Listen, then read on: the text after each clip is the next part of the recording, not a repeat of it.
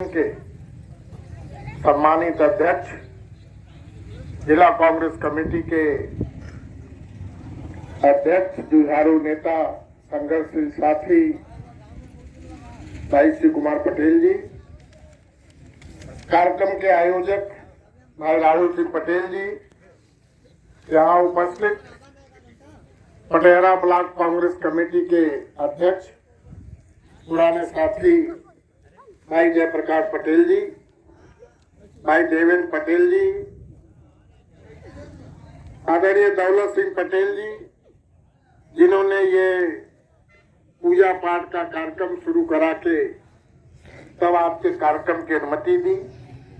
मंच पर उपस्थित प्रदेश कांग्रेस कमेटी के सदस्य, वरिष्ठ कांग्रेसी नेता भाई कैलाश उपाध्याय जी, सेवा दल के प्रदेश के उपाध्यक्ष, संघर्षशील साथी आदरणीय गुलाब चंद पांडे जी, श्रीमती निशामल पटेल जी, भाई पुनीत पटेल जी, हलिया ब्लॉक से आए, हलिया ब्लॉक के पूर्व ब्लॉक अध्यक्ष आदरणीय गुलाब तिवारी जी, हलिया ब्लॉक के पूर्व अध्यक्ष भाई रत्नेश सिंह जी, भाई संतोष शुक्ला जी, श्रीमती विनीता दुबे जी और यहाँ भारी संख्या में उपस्थित इस क्षेत्र के तमाम नागरिकगण, देवियों और सज्जनों, सर्वप्रथम मैं आप सबका हृदय से स्वागत करता हूँ, अभिनंदन करता हूँ कि आप विपरीत मौसम में कांग्रेस के कार्यक्रम में उपस्थित होकर जो प्रियंका जी ने प्रतिज्ञा लिया है उसको बल देने का आप लोगों ने काम किया है। मैं आपका आभारी हूँ। प्रियंका जी ने, जो हमारी नेता है, जो उस खानदान की है जिस खानदान ने देश के लिए कुर्बानी दी है, अपनी संपत्ति के लिए नहीं, अपने परिवार के लिए नहीं, देश के लिए, उस परिवार के सदस्य हैं जिनको पीड़ा है इस देश की जनता से, जिनको पीड़ा है यहाँ की महिलाओं से, गरीब लड़कियों से, दलितों से, किसानों से, मजदूरों से, और उनका परिवार। पंडित जवाहरलाल नेहरू जी इस देश के प्रथम प्रधानमंत्री थे। उनके कैबिनेट में सरदार वल्लभ भाई पटेल प्रथम गृह मंत्री थे। तो पंडित नेहरू जी ने इस देश में बड़े बड़े बांध बनवाकर, बड़ी बड़ी विद्युत की परियोजनाएं स्थापित कर इस देश को आत्मनिर्भर बनाने का काम किया था। उसके बाद शास्त्री जी का आगमन होता है और जय जवान जय किसान का नारा देकर किसानों के लिए ये दिखाने का काम किया। ये कांग्रेस पार्टी अन्नदाता का इज्जत करती है, अन्नदाता को महत्व देती है, उनके लिए योजनाएं बनाती है और योजना बना करके धरातल पर उतारने का काम किया। इंदिरा गांधी आती है। इंदिरा गांधी ने 20 सूत्री कार्यक्रम के माध्यम से किसानों के लिए नहरों का जाल बिछाया। नहरों का जाल जब बिछाया उन्होंने, तो किसके लिए? किसान के लिए। किसान अन्नदाता है। अगर किसान अन्न न पैदा करे तो हमारे पेट के क्षुधा शांत नहीं हो सकती। किसान केवल मतदाता नहीं है, किसान अन्नदाता है और किसान का महत्व होना चाहिए। इंदिरा जी ने हरित क्रांति का नारा दिया कि देश में चारों तरफ हरा भरा जब रहेगा, किसान के उपज का जब उत्पादन क्षमता में वृद्धि होगी तो किसान अपने आप माला माल होगा। हरित क्रांति को जमीन पर उतारने का काम किया क्योंकि उनको एहसास था, उन्होंने देखा था जब भयंकर सूखा इस देश में पड़ा था जब अमेरिका से माइलो गेहूं मंगवाया गया था और लाल वाली जोहरी मंगवाई गई थी, जो इस परिस्थितियों को देखता है उसको आभास होता है कि जब हमने विपत्ति में झेला है तो जब अच्छा अवसर आए तो क्या करना चाहिए। इसलिए उन्होंने हरित क्रांति का नारा दिया, पीली क्रांति का नारा दिया। पीली क्रांति माने दलहन और तिलहन की खेती में वृद्धि हो। श्वेत क्रांति का नारा दिया, दूध के उत्पादन में वृद्धि हो। नीली क्रांति का नारा दिया कि मछुआरों को मछली पालने के रोजगार में वृद्धि हो। इस तरीके का नारा देकर के देश को मजबूत बनाने का, हर तबके को, हर लोगों को मजबूत बनाने का काम किया। राजीव गांधी आते हैं, उन्होंने संचार क्रांति दिया। आज जो आप मोबाइल पे, टीवी पे, नेट पे ये सब देख रहे हैं, जो भाजपा वाले से अपना नौटंकी दिखा रहे हैं, ये राजीव गांधी की देन है। ये संचार क्रांति के नाम से दुनिया के लोग जानते हैं। और ये सरकार जिसको आप लोगों ने बनाया, इसने आपको क्या दिया? धार्मिक क्रांति। धार्मिक क्रांति से देश का विकास होता है, अन्न का उत्पादन होता है, गरीबों को नौकरी में रोजगार मिलता है, बेरोजगारों को रोजगार मिलता है, पढ़े लिखे छात्रों को नौकरी मिलती है। नहीं, ये केवल धर्म और मजहब की बात करके ये देश को गुमराह करना चाहते हैं। देश के भाईचारा की जो संस्कृति है, देश का जो धर्मनिरपेक्ष स्वरूप है, उसको बिगाड़ने का काम करते हैं। यह देश अगर धोती वालों का है, यह देश लुंगी वालों का भी है। यह देश टोपी वालों का है तो पगड़ी वालों का भी है। बहुत बड़ा गल्ला बन रहा है। यह देश अगर जुम्मन शेख का है तो जमुना शेख का भी है। यह देश अगर सलीम का है तो सुनील का भी है। इस देश के गुलदस्ता में हर तरह के फूल खिले रहते हैं, तब वो गुलदस्ता की तरह लगता है। इस देश में केवल नदियों का ही संगम नहीं है, इस देश में संस्कारों का भी संगम है, आचरण का संगम है, व्यवहार का संगम है, बोली भाषा का संगम है, रहन सहन का संगम है, खान पान का संगम है। तब ये देश एक खूबसूरती के साथ लगातार मुसलसल आजादी के बाद 75 साल तक चलता आया। लेकिन इस देश को बर्बाद करने की साजिश की जा रही है। विकास के माध्यम से नहीं, केवल हिंदू, मुसलमान, कब्रिस्तान, शमशान, पाकिस्तान, इसके अलावा कुछ नहीं। कांग्रेस के नेता जब गरीबों के रोटी, कपड़ा, मकान की बात करते हैं तो ये लोग हिंदुस्तान और पाकिस्तान की बात करते हैं। कांग्रेस के नेता जब गरीबों के हस्ती, बस्ती, गृहस्थी की बात करते हैं तो भारतीय जनता पार्टी के लोग फिरका परस्ती की बात करते हैं। कांग्रेस के नेता जब दलितों के सम्मान, स्वाभिमान और सम्मान की लड़ाई लड़ते हैं तो ये लोग शमशान और कब्रिस्तान की बात करते हैं। आपको तय करना है ये देश को किस दिशा में ले जाना चाहते हैं और आप कहां जा रहे हैं, ये आपको सोचना पड़ेगा। ये देश बड़ी लोगों के कुर्बानी के बाद आजादी के रूप में आपको एक आजाद देश मिला है। जब आजादी की लड़ाई लड़ी जा रही थी 47 के पहले, तो उस समय देश पर क्या संकट था? ये देश गुलाम था।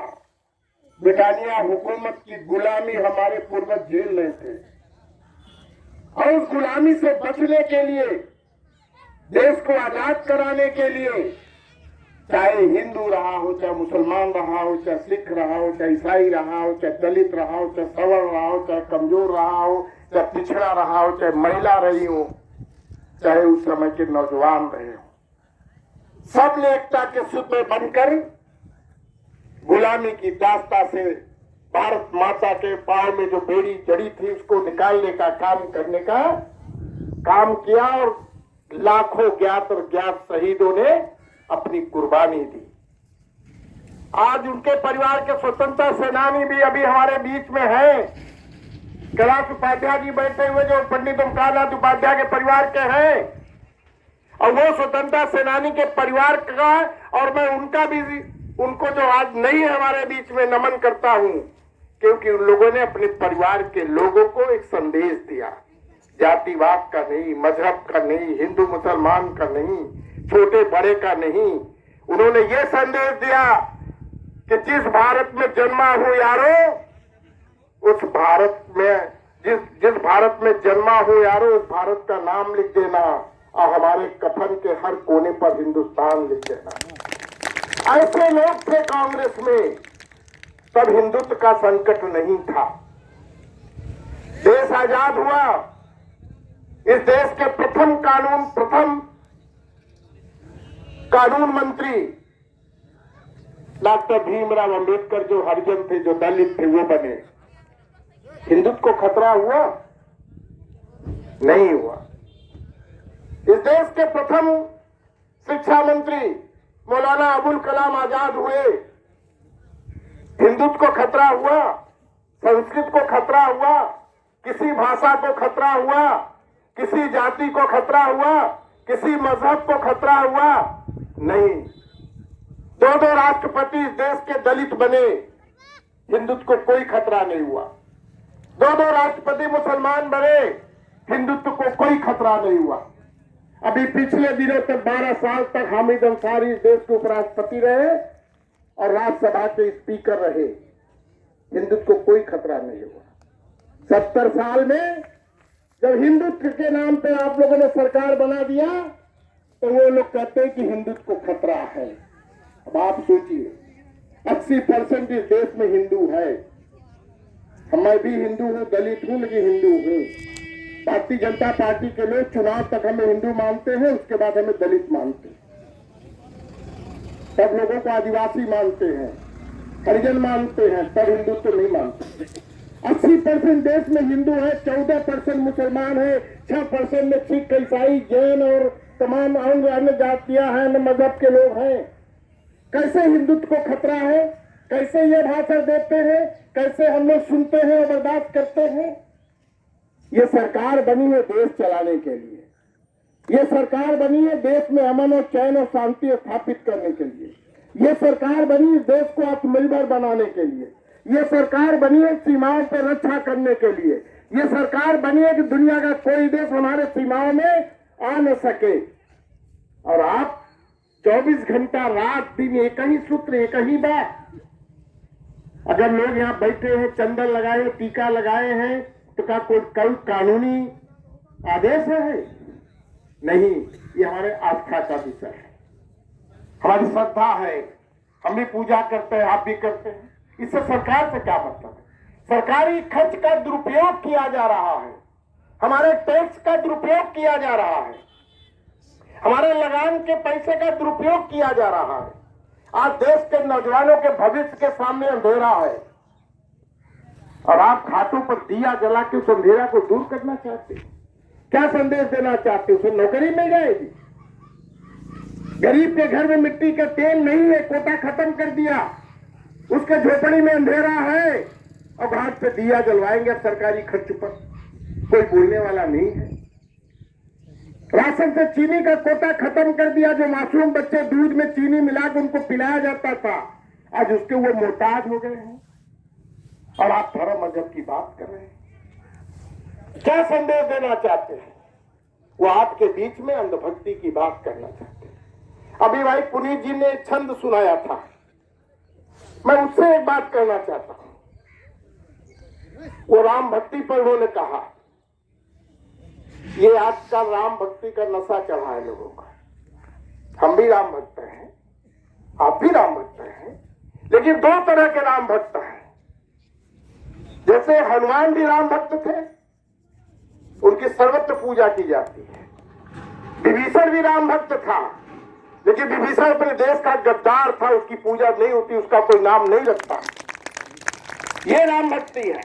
तो दो तरह के राम भक्त हैं, देश को बर्बाद करने वाले हैं। फर्जी राम भक्त है, एक श्लोक नहीं पढ़ सकते, एक चौपाई नहीं जानते। अभी आप लोगों ने देखा होगा कि भारत के प्रधानमंत्री का बनारस में कार्यक्रम था,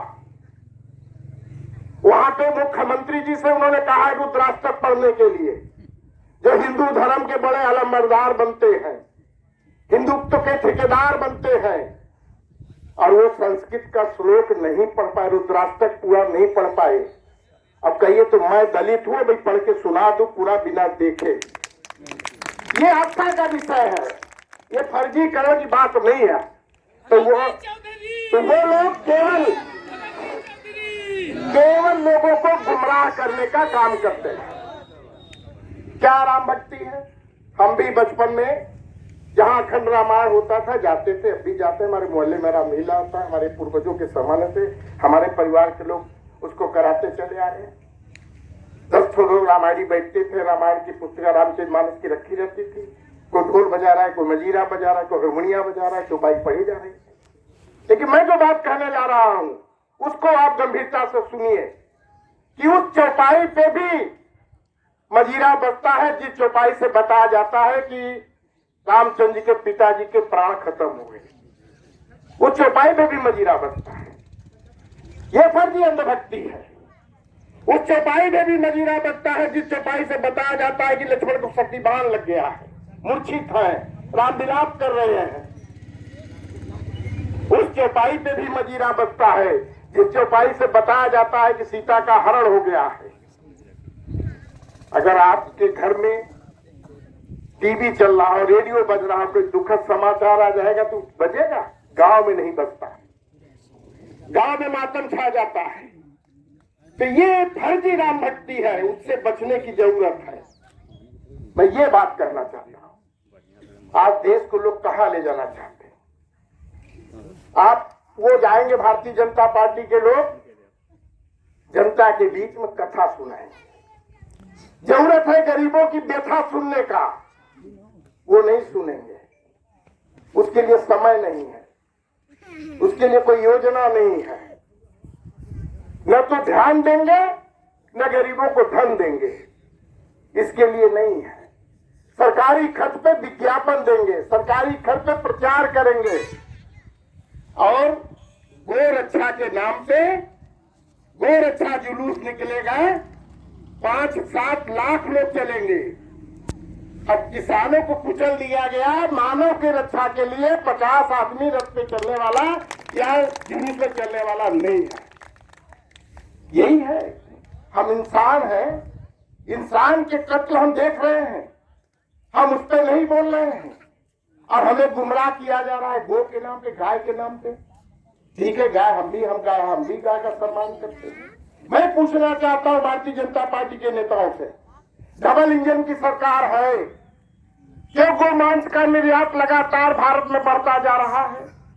कौन जिम्मेदार है? अब नेहरू जी जिम्मेदार है, इंदिरा जी जिम्मेदार है, राजीव जी जिम्मेदार है, सब भारतीय जनता पार्टी के नेताओं का बूचड़खाना खुला हुआ है उत्तर प्रदेश में, चाहे वहां सहारनपुर हो, मेरठ हो, मुजफ्फरनगर हो, और नाम रखा गया मुसलमानों के नाम पे गुमराह करने के। और आप जनता के सामने कहोगे कि नहीं गो मांस नहीं, गो हत्या नहीं, फला नहीं। गोवा में आपका मुख्यमंत्री भाषण देता है, मैनिफेस्टो जारी करता है कि हम सस्ते में गोमांस उपलब्ध कराएंगे, अगर कम पड़ेगा तो हम कर्नाटक से ले आएंगे। तब वो भारतीय जनता पार्टी का नेता नहीं है। जब उत्तर प्रदेश में चुनाव आया तो आप ये बात करोगे? आप गायों का क्या दशा है, 4 लेन पे जाकर के देख लीजिए। और एक बगल में छत्तीसगढ़ में कांग्रेस की सरकार है, हम गोबर तक वहां की सरकार खरीद करके उनको माला माल कर रही है, और सब अपने गाय को अपने घर में बांध करके इज्जत कर रहे हैं। योजना होनी चाहिए, सोच होनी चाहिए। लोगों ने कहा कि न सूरत बुरी है न सीरत बुरी है, बुरा वही जिसकी नीयत बुरी है। इन लोगों की नीयत बुरी है, ये देश को बर्बाद करना चाहते हैं। क्यों कि इन्होंने इनको पिया नहीं है। अगर ये आजादी में हिस्सा लिए होते, इनके परिवार, इनके पूर्वज अगर आजादी में कुर्बानी दिए होते, तब इनको पीड़ा होता। जो नेक खुदवाता है ना, जो नेक पर मकान खड़ा करता है, उसको पीड़ा होता है। गांव में जब नेक कुत्ता था तो रात में लोग चारपाई लेकर के नेह पर सोए रहते थे बुजुर्ग लोग कि नेह में कोई शैतानी हरकत न कर दे। और जो बना बना पाया उसको क्या पता है, उसको बेचने के अलावा कुछ नहीं है। बिक नहीं रहा तो केवल किसानों का धान नहीं बिक रहा है, बाकी सारे सुनसान बिक रहे हैं और लोग चिम मार के देख रहे हैं। ये इस देश की हकीकत है, ये कोई राजनीतिक बात नहीं कर रहा है। हमारे सामने जो दिख रहा है वो ये है। जब प्रवासी मजदूर कोरोना काल में जब आ रहे थे पैदल सड़कों पे मर रहे थे, कोई पूछने वाला नहीं था। प्रियंका गांधी ने हजारों बस की जब व्यवस्था कर दी तो उत्तर प्रदेश की सरकार ने उनको रोक दिया, कागज चेक करने लगे। ये करने लगे जब मदद की जरूरत होती है तब आप खुराफात करते हो। पहले हमको लूटा, अब 4 दिन रह गया चुनाव का सूचना जारी होने के लिए तो हमें खैरात बांट रहे हो। क्या समझ रहे हो तुम? ये जो तुम दिखा रहे फोटो में जो राशन बांट रहे हो, ये कांग्रेस के कानून की देन है। ये सोनिया गांधी मनमोहन सिंह की देन है, जो खाद्य कानून दिया था उन्होंने। नहीं, आप तो बर्बाद कर देते। आपको संविधान से मोहब्बत नहीं है, आपको स्वतंत्रता सेनानियों से मोहब्बत नहीं है, आप तो हमारे नेताओं को हाईजेक कर रहे हो। उस सरदार पटेल की बात आप करते हो जिस सरदार पटेल ने आरएसएस पे बैन लगाया था, जो कांग्रेस के नेता थे, जो कांग्रेस के आजादी के बाद प्रथम गृह मंत्री थे। आप अपने नेता को भूल गए। अटल जी की मूर्ति लगाओ, आडवाणी जी को कुछ कर दो, मुरली मनोहर जोशी को कुछ कर दो तो पता चले कि आपकी भावना क्या है। ये लोग केवल गुमराह करते हैं। जहां चट्टी चौराहे पर बैठेंगे यही कहेंगे कि कांग्रेस में केवल यही परिवार अध्यक्ष रहेगा। हकीकत तो जानते नहीं, जो आरएसएस में पढ़ा वही बताएंगे। मैं आपके सामने बात रखना चाहता हूं। हमारे क्षेत्र में एक लड़का मुझसे बहस करने लगा, पढ़ा लिखा था। उसने कहा कि कांग्रेस में तो खाली नेहरू परिवार ही सब है। तो हमने कहा कि जानते हो कांग्रेस की स्थापना कब हुई थी? उसको नहीं पता। हमने कहा कांग्रेस की स्थापना 1885 में हुई थी। फिर हमने कहा पंडित नेहरू कब पैदा हुए थे पता है? पंडित नेहरू 1889 में पैदा हुए थे। तो पंडित नेहरू ही ने बनाया था कांग्रेस, अंग्रेजियों ने बनाया था, यू ने बनाया था। WC बनर्जी उसके अध्यक्ष थे। और पंडित नेहरू उस खानदान से थे जिनके वालिद, जिनके पिताजी बैरिस्टर थे, धनाढ्य परिवार से थे। विदेश से कपड़ा ढूंढ के उनका आता था, विदेश में पढ़ते थे। और एक बार का वाकया था कि वो जब यूनिवर्सिटी से निकले तो उनका दोस्त उनसे बात करते करते जब आया बाहर तो वो अपने गाड़ी में बैठा चला गया। नेहरू जी अपमानित हुए कि हमारा गाड़ी पे है ही नहीं है। उन्होंने पिताजी को चिट्ठी लिख के कहा जी ये स्थिति हुई। पिताजी ने उनके हर गेट पे गाड़ी खड़ी करवा दिया कि जिस भी गेट से निकलोगे गाड़ी रहेगी। ऐसा धनाढ्य व्यक्ति 14 साल तक जेल में था। देश की आजादी की लड़ाई लड़ने के लिए कौन सा चीज घटा था, किस चीज की कमी थी? और वो पंडित नेहरू 44 साल बाद कांग्रेस की स्थापना के 44 साल बाद कांग्रेस के अध्यक्ष बने थे। और आप कहते हो कि खाली उन्हीं का परिवार अध्यक्ष रहेगा। 44 साल के जो अध्यक्ष उनका नाम आपको नहीं पता है। 30 साल बाद इंदिरा गांधी अध्यक्ष होती है। 30 साल के पहले कितने अध्यक्ष हुए? 26 साल बाद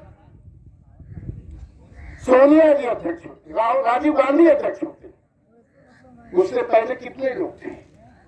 13 साल बाद सोनिया जी अध्यक्ष होती, उसके पहले कितने अध्यक्ष थे? 19 साल बाद राहुल गांधी 1917 में अध्यक्ष होते। कितने अध्यक्ष थे? कुल मिला के इनके परिवार के 40 अध्यक्ष हुए ना। पंडित नेहरू, इंदिरा जी, राजीव जी, सोनिया जी और राहुल जी। और आप करो बस इन्हीं का परिवार, फिर यही लोग सत्ता में रहेंगे। आज 137 साल का कांग्रेस का स्थापना दिवस अगले लोग मनाए हैं। 137 साल में 5 अध्यक्ष, और आप कहते हो कि उन्हीं का परिवार चला रहा है। खाली जनता में भ्रम पैदा करने के। आप कहते हो 70 साल से इन्हीं लोग राज्य कर रहे हैं। नेहरू जी, इंदिरा जी, राजीव जी, तीन के अलावा चौथा कोई इनके परिवार का प्रधानमंत्री बना इस देश में? 3 प्रधानमंत्री बने और इनके लोग अटल जी हो गए, चंद्रशेखर जी हो गए, चरण सिंह जी हो गए, देवगौड़ा जी हो गए और गुलजारी लाल जी हो गए और ये जो हमारे कांग्रेस के थे, जो अध्यक्ष थे, जो इसके पहले प्रधानमंत्री थे, मतलब इतने लोग हो गए, उनका नाम नहीं, 3 लोगों का नाम। ये केवल गुमराह करने का, इसलिए डर है उनको तो कांग्रेस से है, कांग्रेस के परिवार से है, कांग्रेस के नेताओं से है।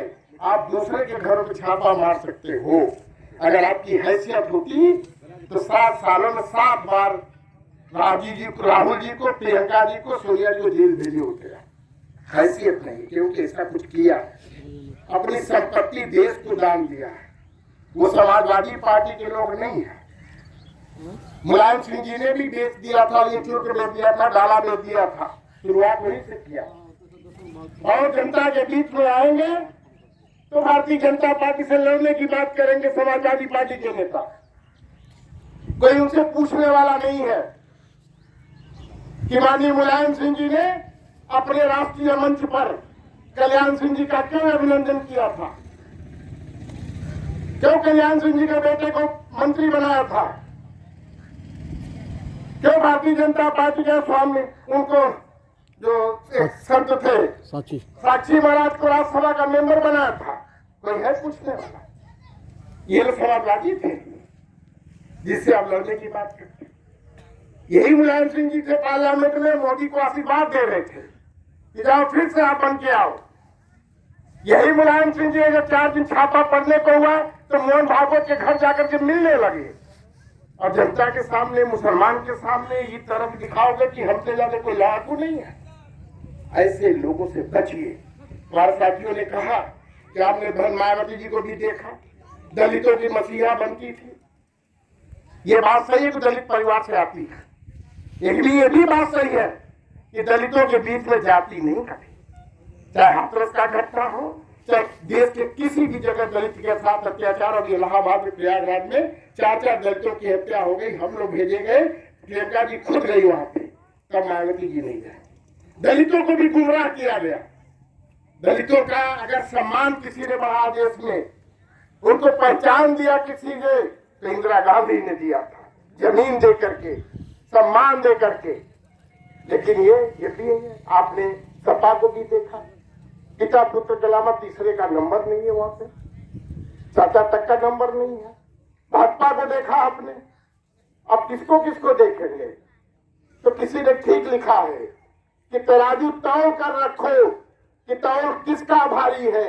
सबको देख लिया सबने, अब प्रियंका जी की बारी है, अब प्रियंका जी की बारी है। इन्हीं शब्दों के साथ मैं अपनी बारी को विराम देता हूँ। आयोजकों के प्रति हृदय से आभार व्यक्त करता हूँ। बहुत बहुत धन्यवाद।